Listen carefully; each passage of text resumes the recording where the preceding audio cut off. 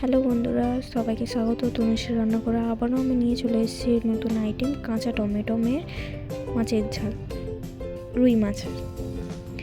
ঠিক আছে, তোমাদের ভিডিওগুলো যদি ভালো লাগে প্লিজ একটা কমেন্ট, একটা লাইক, সাবস্ক্রাইব করে দাও। চলো এবার মাছের রেসিপিটা তাড়াতাড়ি। আমি মাছগুলো ধুয়ে আগেই রেখে দিয়েছিলাম, তারপরে নুন হলুদ দিয়ে মাখিয়ে রাখলাম। এরপর চলো কী কী লাগবে সেইটা দেখাই। প্রথমে আমি কেটে রেখেছি পেঁয়াজ কালি, তারপর পেঁয়াজ কাটা, টমেটো, কাঁচা টমেটো কাটা রয়েছে, দেখে নিয়েছো। এরপর আমি শিলেতে সর্ষে জিরে বেটে নেব।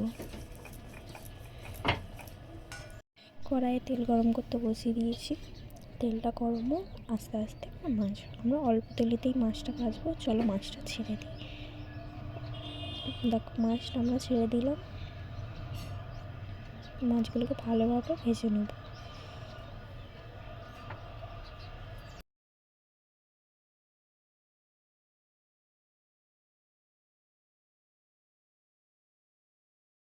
মাছগুলো ভালোভাবে ভাজা হয়ে গেছে, এবার মাছগুলো আস্তে আস্তে তুলে নেব। ওই মাছ ভাজার তেলেতেই পেঁয়াজ একসাথে ভেজে নেব।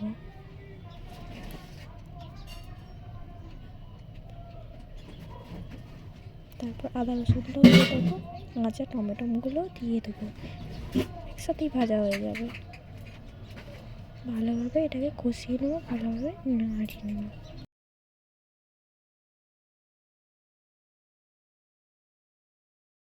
এটা আমার ভালোভাবে ভেজে নিতে হবে।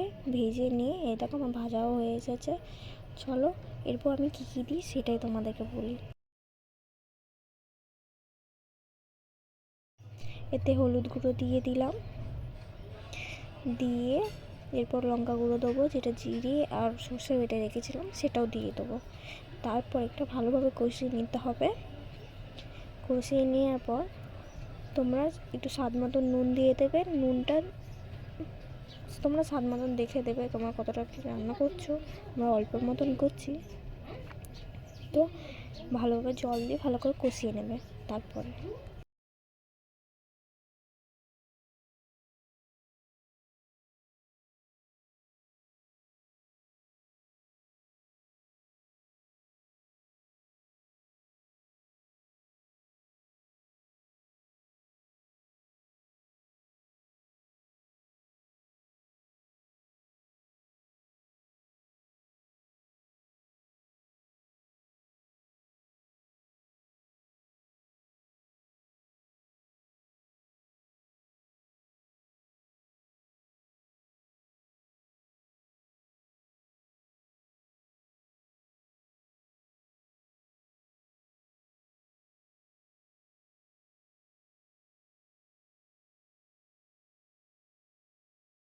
ভালোভাবে কষানো হয়ে যাওয়ার পর আমি জল দিয়ে দিলাম। জল দিয়ে ভালোভাবে নেড়ে এটা একটু ফুটে গেলে মাছগুলো দিয়ে দেবো। আমার এটা ফুটে গেছিলো, তাই আমি মাছগুলো দিয়ে দিলাম।